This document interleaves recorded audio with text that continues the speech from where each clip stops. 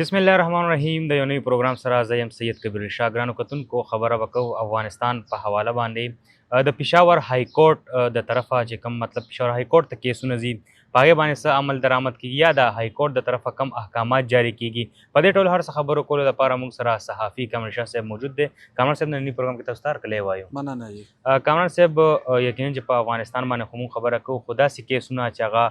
پېښور های کورټ ته ځي بیا خلک د فیصلې انتظار کوي نو څه داسې پیشرفت پکې مخې ته راغلی دی یا داسې کم خلک دي چې هغه راځي او په پېښور های کورټ کې خپل کیس چې کوم دی نو هغه جمع کوي. په دې هکله که خبرو وکړو نو یو ډېره غټه فیصله را روانه ده او قوي امکان دا دی چې پېښور های کورټ په هغې کې تر څه حده پورې افغان پناهګزینو ته ریلیف هم ورکړي او ورسره چې کوم د داخله امورو محکمې دي هغوی ته هم په دغه کې چې دی نو یو حکم جاري کړی شي. اصل مسله دا وه چې کله نه د افغان پناهګزینو مهاجر سټیټس ختم شو د هغوی ریپیټریشن شروع شو او هغوی دلته غیر قانوني وګرځولي شو. هغه خلک چې کوم سره دستاویزات او سندونه نو په پاکستان کې د پاتې کېدو نو او په ګڼ شمېر کې افغان مهاجرینو د عدالتونو مخه وکړه. په خاصه توګه پېښور های کورټ ته ډېر زیات تعداد کې دغه افغان مهاجرین رال او دوی د افغانستان ته د نتلو درخواستونه ورکړل. په هغه درخواستونو کې بیا ډېر سماعتونه شو. ډېر هغه خلک چې کوم په پاکستان کې د پاتې کېدو خواهشمند و هغوی پاکستان کې هم پاتې شو. خو په دغه ټولو څیزونو کې د هر یو ملک یو خپل سیستم وي د دستاویزاتو د قانوني لارو چارو او دغه قانوني لارو چارو او دستاویزاتو چې کوم سیستم و هغه چې دی نو لږ د سستۍ ښکارو. په دې ټولو څیزونو کې به د ټولو نه اهمه خبره دا وه چې کوم خلک افغانستان نه دلته راغلي وو او هغوی دلته د پاکستاني زنانو سره ودونه کړي او بیا د هغې بچي شي اولادونه شي نو د هغه اولاد په بنیاد باندې به دغه خلکو ته د پاکستان چې کومه نیشنلټي ده هغه به ملاوېده ورته. بیا کومو خلکو چې د پاکستان زنانه وې او هغوی ودونه هغوی سره کړي یا د هغه ځای چې کومې زنانه وې او هغوی ودونه د پاکستاني سړو سره کړي نو هغوی هم د هغوی فیملی چې ده هغه هم د پاکستانی ماشومانو په بنیاد باندې به دلته چې دی د پاتې کېدو قانوني جواز لره او په آئین کې او د مایګریشن په رولز کې د پاکستان هم دغه شته. که د دنیا په سطح باندې وګورو نو کم یو ملک ته چې ته لاړ شي او 15 کاله هلته تېر کړي او په تا باندې هېڅ قسمه څه قانوني بار نه وي یعنې قانوني دغه باندې اف آی آر د باندې نه شوي څه جرم دې نه کړی نو هغه ملک به تا ته د خپل ملک چې کومه نیشنلټي ده هغه به درکوي. خو چونکې دلته مسله دا وه چې دلته دوی سټیټس چې د مهاجر او مهاجر سټیټس کې چې دوی اوسېدل نو د دوی خپل قانوني تقاضې وې هغه به یې پوره کولې. دي سره پیوار کارډونه دي سره داسې نور کارډونه بیا چې کله دغه سټیټس ختم شو نو بیا په دغه بنیاد باندې دوی ته د شهریت ورکولو چې کوم آغاز شو نو هغه سټارټ شو. پېښور های کورټ په هغې کې احکامات هم جاري کړو خو په بعضې ځایونو کې قانوني تقاضې پوره کول هغه قانون کتل او بیا په هغې باندې عمل درآمد او د هغې دپاره چې کوم کار کولو هغه د سست روی ښکارو.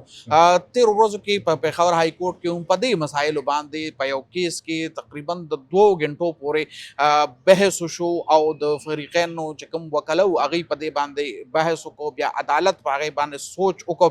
او داسې څه احکاماتو طرف ته د عدالت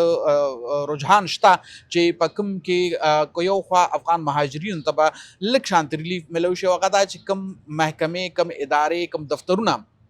د دوی دغه د شهریت د پروسس کوي د دوی د رجسټریشن د پروسس کوي د دوی ټیم ګوري د دوی ویریفیکیشن کوي هغې ته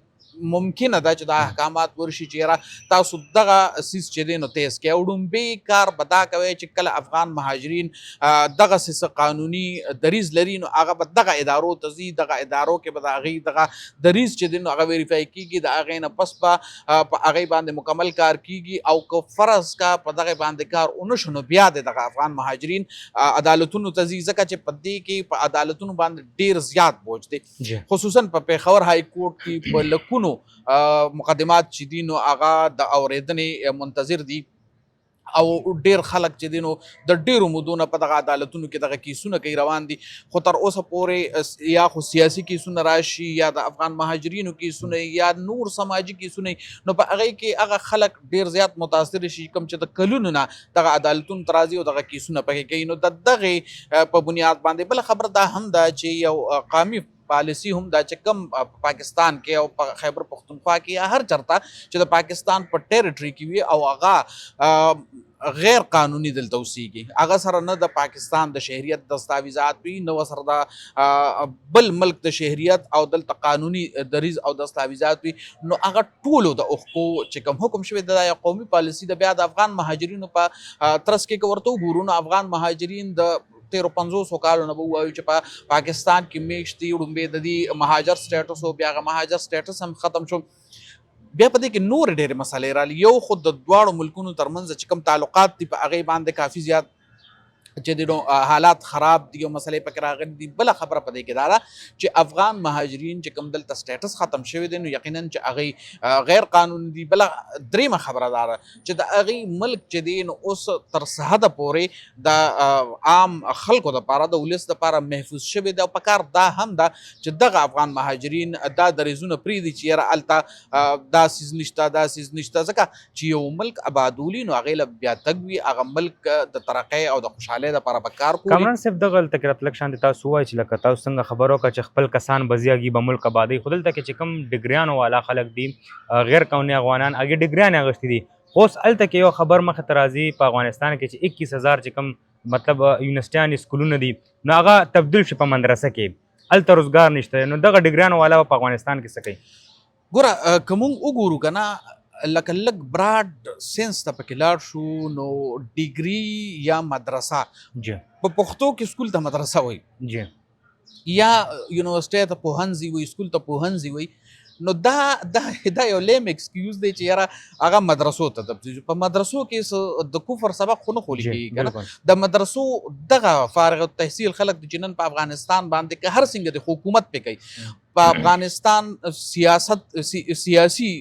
واک د هغوی په لاس کې، د افغانستان سفارتي واک د هغوی په لاس کې دی، نو دا بالکل دریځ نه دی چې یاره په افغانستان کې چې تعلیم نشته. د پاکستان په زرګونو خلک په افغانستان کې تعلیم نه حاصلوي لګیا دي، هغه هلته هغوی تر د MBBS پورې د پاکستان خلکو په افغانستان کې تعلیم حاصل کړی دی، نو دا لکه هېڅ دریځ نشته چې افغانستان کې دا نشته. ګوره افغان حکومت هم ورته دا وایي چې دلته چې د امن دی او د افغان خاورې نه ډیر زیات ریپورټونه په بین المللي ادارو باندې مونږ ګورو چې په افغانستان کې هغه مخکینی بګاړ چې نو هغه ډیر حد پورې ختم شوی دی، هلته د ترقۍ کارونه شروع په سلفون باندې ولې پابندي لګولې ده؟ کیمرې چې کوم موبایل دی په هغې باندې پابندي لګولې؟ د هر یو ملک خپلې پالیسۍ وي او ته د هغه ملک په پالیسو باندې په هغې باندې تنقید نشي کولی. په هغې باندې تنقید زه ځکه نشم کولی که دا یو افغان مهاجر په پاکستان کې پناهګزین دی او هغه تنقید کوي نو هغه به څه جواز لري. ګوره داسې خو وګورو نو دلته په پاکستان کې هم داسې ځای نشته چې هلته ته ځان سره موبایل فون نشي وړی، هلته ته بغیر د شناخته چې دی نشي تللی، داسې ځای نه هم شته چې هلته به ستا شناخت هم وي خو تر څو پورې چې دا هغه ځای دننه نه ستا شناخت نه شوی او ته ویریفای شوی نو ته هلته نشتلی، نو دې باندې خو موږ تنقید نشو کولی ځکه څه سکیورټي مسایل وي، څه نور ډېر داسې مسلې وي چې د هغې په بنیاد باندې د هغه ملک د هغه ځای خلکو د یو پالیسۍ د لاندې په هغې باندې پابندي لګولې وي. کامران صاحب ولې نه ځي دغه غیر قانوني افغان چې کوم دي خپل ملک ته نه ځي او مجبوره کېږي بار بار های کورټ ته ځي، اپیلونه کوي، درخواستونه جمع کوي، ولې نه ځي؟ وجوهات یې څه دي؟ ګوره د دې د ټولو نه لومبی او غټه وجه خو دا ده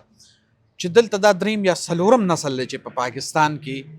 د پیدا شوي دي او لوی شوي دي او بیا یې ودونه کړي دي،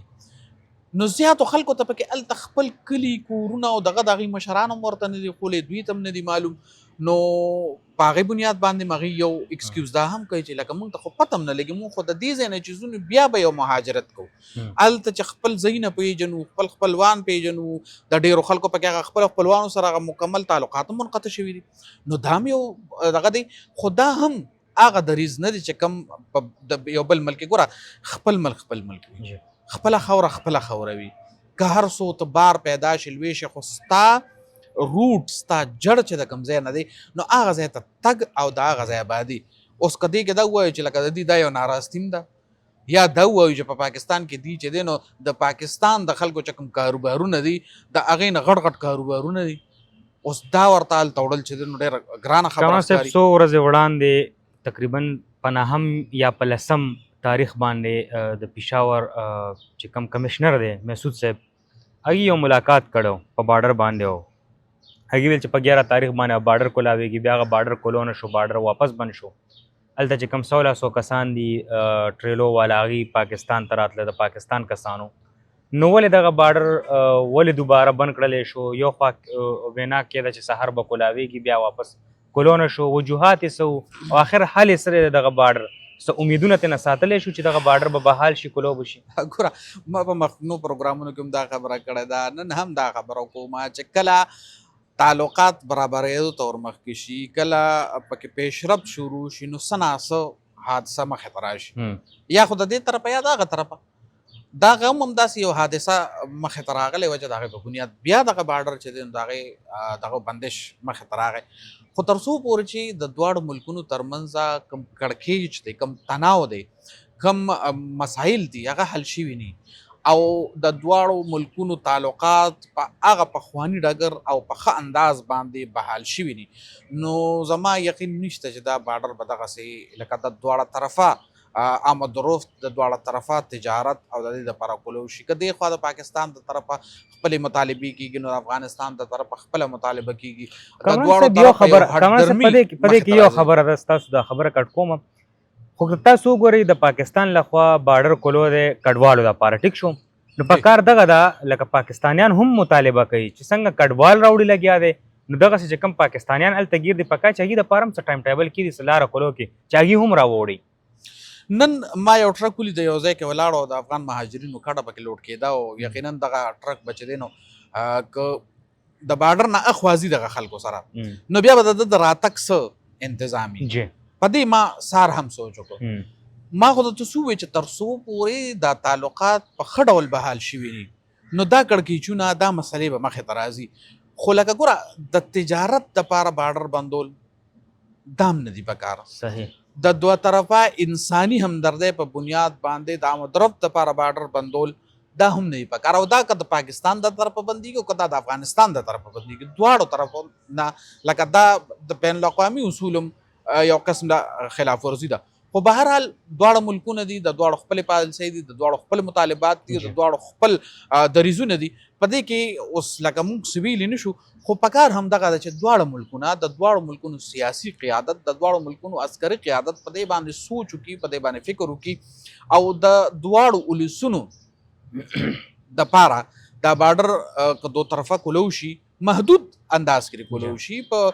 ډېر چان بین دغه کې کولو شي، خو د دواړو طرفو دپاره کولو شي، نو دا به د دې ولس دپاره ډېره ښه وي. باقي تعلقات دي هغه د په خپل بنیاد باندې بیا دواړه سیاسي او عسکري قیادتونه یو بل سره کینی، براه راست خبرې وکړي، د چا په ذریعه د خبرې وکړي، خو دا مسله حل کېدل اوس پکار دي ځکه چې ګاونډیانو سره چې دی نو دغسې مسایل که مخې ته راځي نو د دواړو ملکونو دپاره به په هره په سیاسي ډول او په عسکري ډول باندې ډېر زیات مشکلات مخې ته راځي. ډېره مننه کمال صاحب، یقینا ډېرې ګټورې ژورې خبرې مو کې. ګرانو کتونکو دغه و تازه ترین اپډیټس چې کوم موږ سره کامران شاه صاحب شریک کړ. د نیکسټ پروګرام پورې مال او زما ټیم له راکړي اجازت. د لوی الله په امان.